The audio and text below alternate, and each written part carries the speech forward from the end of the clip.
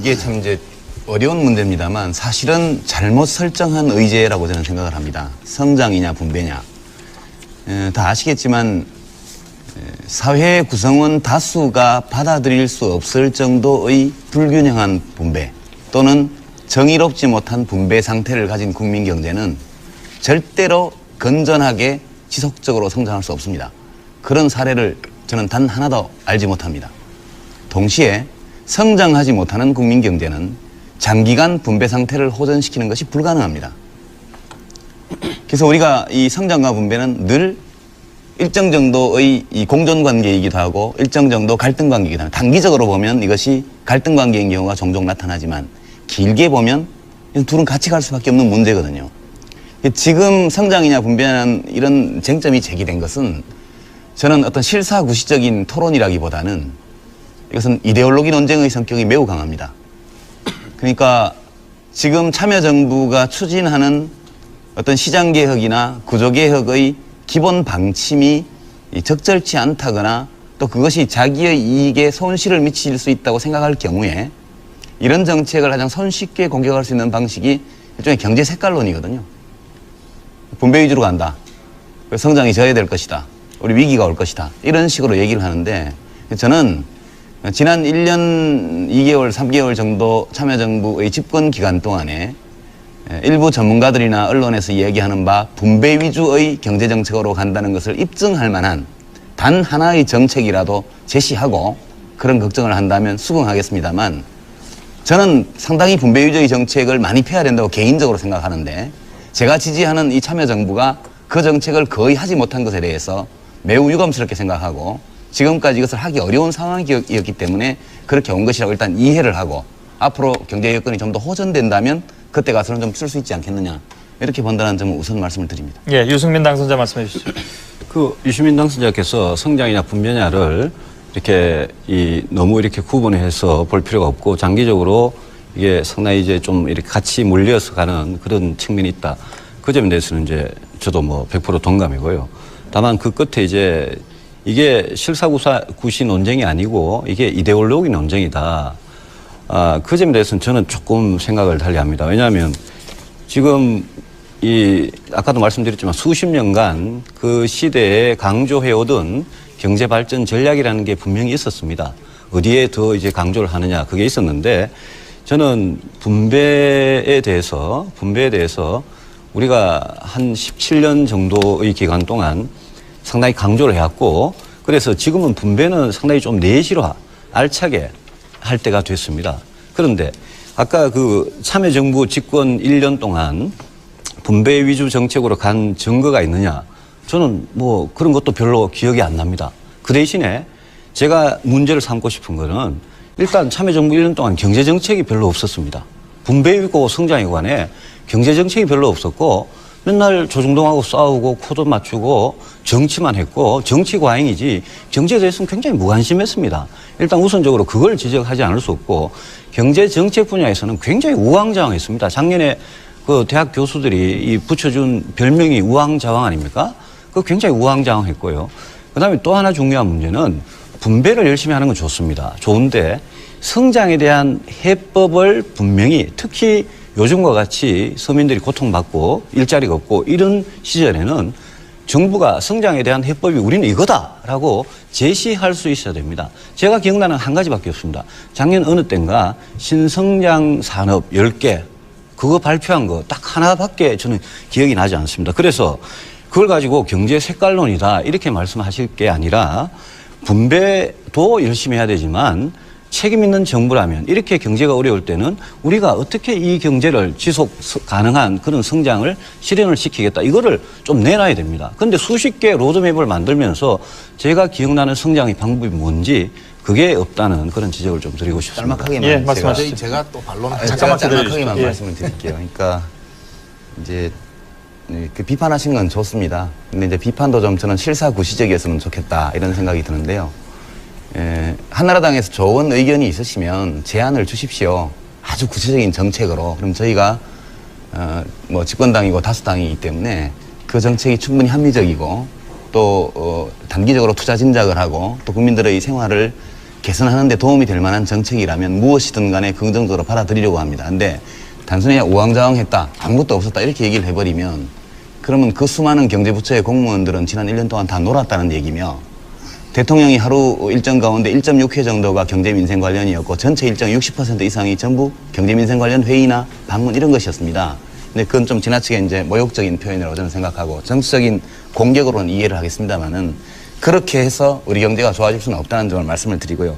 하나만 딱 첨언해서 드리면 오늘 아마 2001년도인가요? 노벨 경제학상 받은 스티글리츠 교수가 이제 한국에 와서 여러 언론사들과 이제 대담을 했습니다. 그 내용 중에 보면 한국 경제를 위해서 한 충고가 하나 있는데요.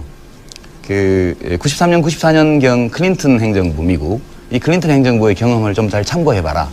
이 클린턴 행정부가 찾은 것이 레이건 시대에 너무나 이 성장 위주, 공급자 위주로 가 있던 미국 경제를 이 성장과 분배의 균형점으로 이동시키는 노력을 했고, 지금 한국 정부도 그 둘 사이에 어떤 중간 지점을 지금 찾고 있는 걸로 보이고 수년 내에 이렇게 노력하면 한국은 한국적인 자본주의 형식을 가지게 될 것이라는 이제 이런 격려성의 이런 말씀을 주셨는데요. 저는 이런 지적들이 우리에게 매우 유용한 지적이라고 생각을 하고 아주 실용주의적으로 정말로 이 대목에서는 실용주의적으로 우리가 이 두 개의 소중한 가치를 절충하고 타협하고 또 동시에 어느 정도 성취해낼 수 있는 이런 방안을 앞으로 오늘 토론에서 저는 많이 나오기를 기대를 하겠습니다. 제가 말씀해 드리겠습니다. 예. 글쎄요, 노벨 경제학상을 받았다고 해서 꼭 한국 경제에 적합한 그런 해법을 제시한 것은 아닙니다. 미국에 다양한 대학 교수가 있고 경제학자들이 있습니다만은 스티글리츠 교수는 이제 약간 이제 미국의 어떤 성장 그런 좀 반대하는 그런 경향이 강하고 이분이 월드뱅크에서 상당히 오래 근무를 하셔가지고 특히 이제 조금 미국 모델에 대해서 그렇습니다만은 미국의 경우에도 클린턴이 그렇게 분배나 아니면 레이건 때 못했던 그런 거를 할 수 있었던 기반이 어디서 나왔느냐 하면 레이건 8년 동안 레이건이 잡아놓은 그 토대 위에서 클린턴이 그렇게 할 수 있었습니다. 그래서 우리도 마찬가지입니다. 우리도 어떤 정부가 분배에 신경을 쓰려면 우리가 87년부터 분배에 신경 쓰는 거 어떻게 할 수 있었습니까? 그 이전에 성장 기반이 다져졌기 때문에 그 위에서 분배를 할 수 있었던 겁니다. 그래서 제가 말씀드리는 거는 이거는 경제라는 건 길게 가는 거기 때문에 지금 분배에 대해서 신경을 많이 썼고 그거 하나자는 소리가 아니고 내추럴 하는데 성장의 해법이 뭔지 그걸 자꾸 찾자는 그런 말씀을 드리는 겁니다. 그래서 그 정도. 마지막에 이제 분배를 통한 성장을 말씀하시고요. 아까 유시민 의원께서 말씀하시고 지금 계속 이제 강조하시는 부분이 양극화, 불균형 이런 부분입니다. 물론 박정희 전두환 시절에는 일부러 성장 전략을 그런 불균형 전략을 쓴 것도 사실입니다. 그런데 그 이후에 우리가 경험을 보면요. 분배가 언제 제일 악화됐냐, 언제 제일 나빠졌냐를 보면 진위 계수를 봐도 그렇고 상위 10%, 하위 10% 나누는 값을 봐도 그렇습니다. 이거는 우리가 생생하게 경험한 겁니다. IMF 같이 경제가 마이너스 6.7% 성장할 때, 그러니까 성장이 아주 푹 떨어질 때, 작년같이 그럴 때 분배가 굉장히 악화가 됩니다. 왜 성장이 안 되면 분배가 더 악화되고 성장이 되면 분배가 조금 좋아지느냐? 그거를 저는 꼭 아셔야 된다고 생각하는 게요. 성장이 되면 산업 저변도 늘어나고요. 그다음에 서민들도 일자리를 더 갖게 되고 그래서 분배 구조가 개선이 됩니다. 근데 성장이 안 되면 제일 견디기 힘든 게 가난한 서민들입니다. 그리고 제일 경쟁력이 없는 중소기업들입니다. 자영업자, 아주 영세한 사람들. 그러니까 우리가 왜 성장을 하느냐? 결국은 서민과 아주 경쟁력이 약한 소기업들 그 사람들을 위해서 성장을 하는 겁니다. 그런데 민주노동당에서는 분배를 통한 성장이라고 말씀하시는데요. 저는 그런 성장은 들어본 적도 없습니다만은 그 성장의 해법을 가져가지고 경제를 성장시키지 않으면 분배 구조가 나빠진다는 게 엊그제 아마 재경부에서도 그걸 발표했고 통계청에서도 발표를 했습니다. 그래서 그 관계를 만약 우리가 인정을 한다면 그러면 분배를 통한 성장이니 아니면 불균형이니 양극화니 이런 거를 성장하고 자꾸 오해를 시키고 자꾸 대립을 시키고 그래서 성장을 이야기하면 마치 분배를 반대하고 서민을 반대하는 사람 같이 그렇게 말씀하시면 저는 그건 굉장히 우리가 현실적으로 증명할 수 있는 모순이다 이렇게 생각합니다. 아까 유승민 당선자께서 듣도 보도 못했다 이런 말씀하시는데 저는 듣기도 하고 좀 보기도 했습니다. 지금 단병호 당선자께서 하신 분배를 통한 성장이라는 것은 1970년대, 80년대에 유럽의 삼인주의 정당 경제 전문가들이 많이 썼던 논리입니다. 전혀 듣도 보도 못한 것은 아니고요. 또 이론적으로도 네오케인지안들, 신케인즈주의자들 쪽에서 이 모델을 많이 연구를 했습니다. 그래서 제가 알고 있는 학술적 결론은 뭐냐 하면 특정한 국면, 특정한 조건에서는 이렇게 분배를 통한 성장이 가능하다는 겁니다. 근데 일반적인 조건에서는 이건 잘 안 맞는다는 거죠. 그래서 얼마 전까지 몇 년 전에 독일 연방정부의 재무장관 하던 오스카 라퐁테인이 바로 이런 네오케인지안이고 이런 주장을 했던 분 아닙니까? 지금 그만뒀지만. 그래서 전혀 없는 논리는 아니고요. 다만 이 논리를 지금 이 한국 경제의 상황에서 적용할 수 있느냐.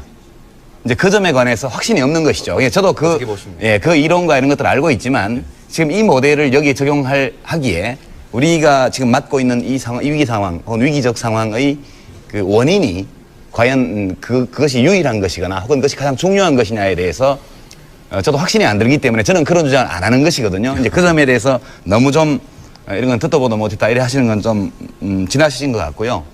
그 다음에 이제 참여정부의 어떤 대책이 뭐냐 이렇게 이제 말씀을 하시는데 지금 정부에서는 이제 일단 중장기적인 어떤 근본 대책은 역시 혁신주도형 성장 이거에 대해서는 기업 쪽에서도 아마 굉장히 반기는 것으로 저는 알고 있습니다. 기본적으로 혁신주도형으로 가야 된다는 건 기본이고요. 다만 지금 국면에서 결국 경제를 활성화시켜야만 아까 말씀하신 것처럼 일자리도 많이 생기고 분배 상태도 호전되게 돼 있습니다. 우리가 1987년 노동자 대투쟁 이후에 90대 중반까지 진위계수나 이런 각종 지표로 나타난 분배 상태의 호전이 두드러졌거든요.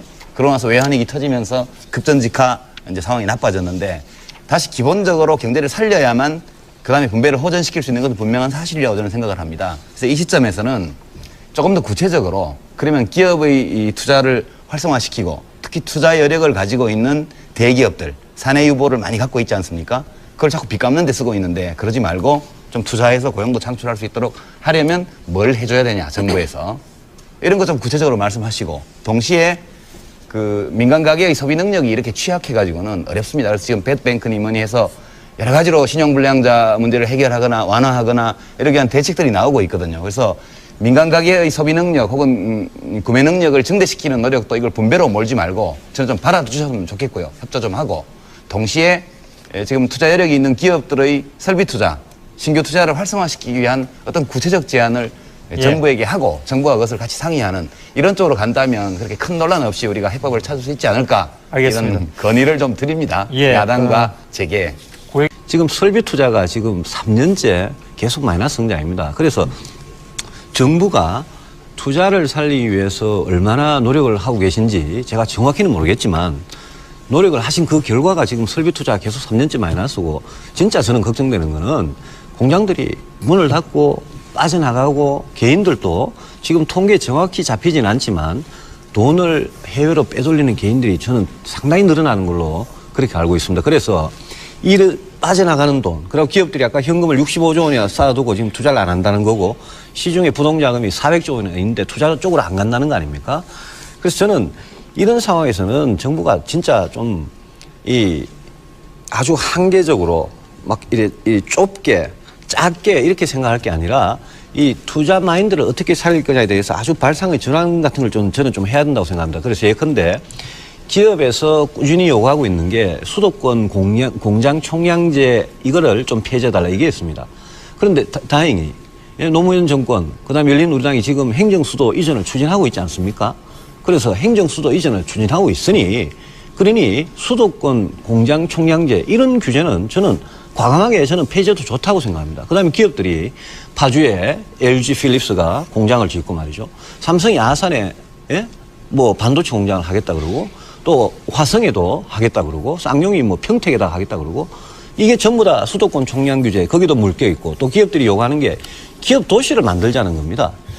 거기에다가 기업이 투자하고 인프라 다 해주고 학교까지 돼 있고 그런 문화시설까지 다 돼 있는 그런 기업 도시를 만들자는 지금 울산 창원이 기업 도시 아닙니까 이미. 그래서 그런 기업들의 요구는 저는 그게 무슨 진재벌이고 친기업이 아니라 그런 거는 거절할 이유가 없다고 생각합니다. 설비 투자가 이렇게 마이너스고 지금 기업들 해외로 도망가는 기업들을 바지가랑이라도 잡고 붙잡아야 될 판이기 때문에 저는 정부가 그런 점에 있어서는 이게 뭐 정경련이 요구하는 거다, 누가 요구하는 거다 이렇게 지금 따질 계제가 아니다. 그래서 이거는 과감하게